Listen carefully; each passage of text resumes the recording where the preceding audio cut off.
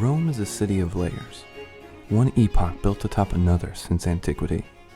For millennia, Rome has inspired countless cartographers and artists to document the city, leaving behind rich images and valuable information that now give us a glimpse back at a city frozen in time. Traditionally, cartographers have represented the city in one of two ways: pictorially, with views similar to the kind we might experience from a hot air balloon, or by using plan views that were the basis for our modern maps. Pictorial representations of Rome flourished in the Middle Ages. They represented the city and its monuments according to tradition and folklore. In this example from 1469, Pietro del Massaio shows important buildings and features as pop-ups, whereas the bulk of the city's many houses and ordinary structures are hidden.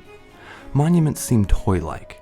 Notice the Colosseum, resembling a cartoon-like version of the great structure.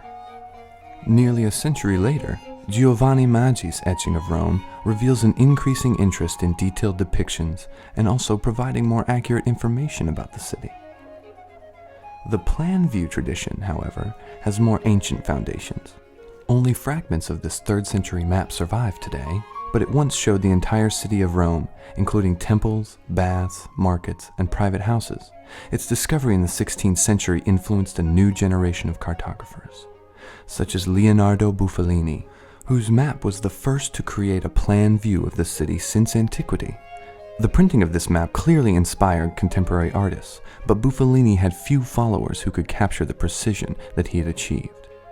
But when Giovanni Battista Nolli published his Pianta Grande in 1748, the pictorial tradition was definitively eclipsed.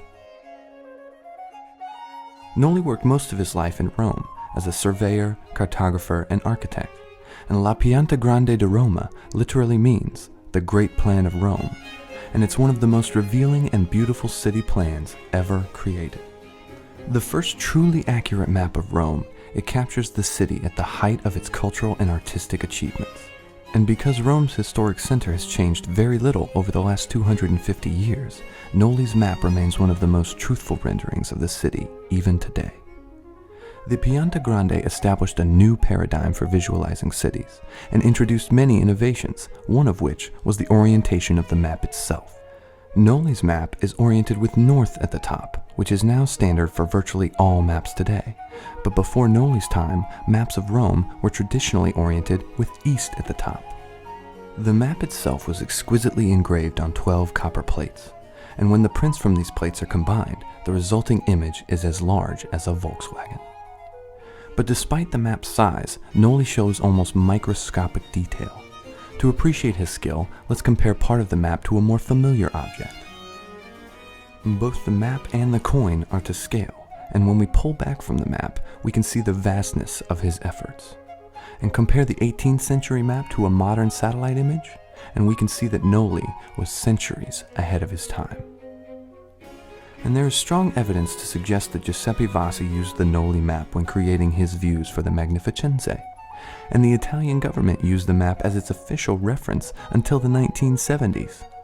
And when we recognize their attention to detail and accuracy, it's clear to see how these masterworks shaped the way we view our world today.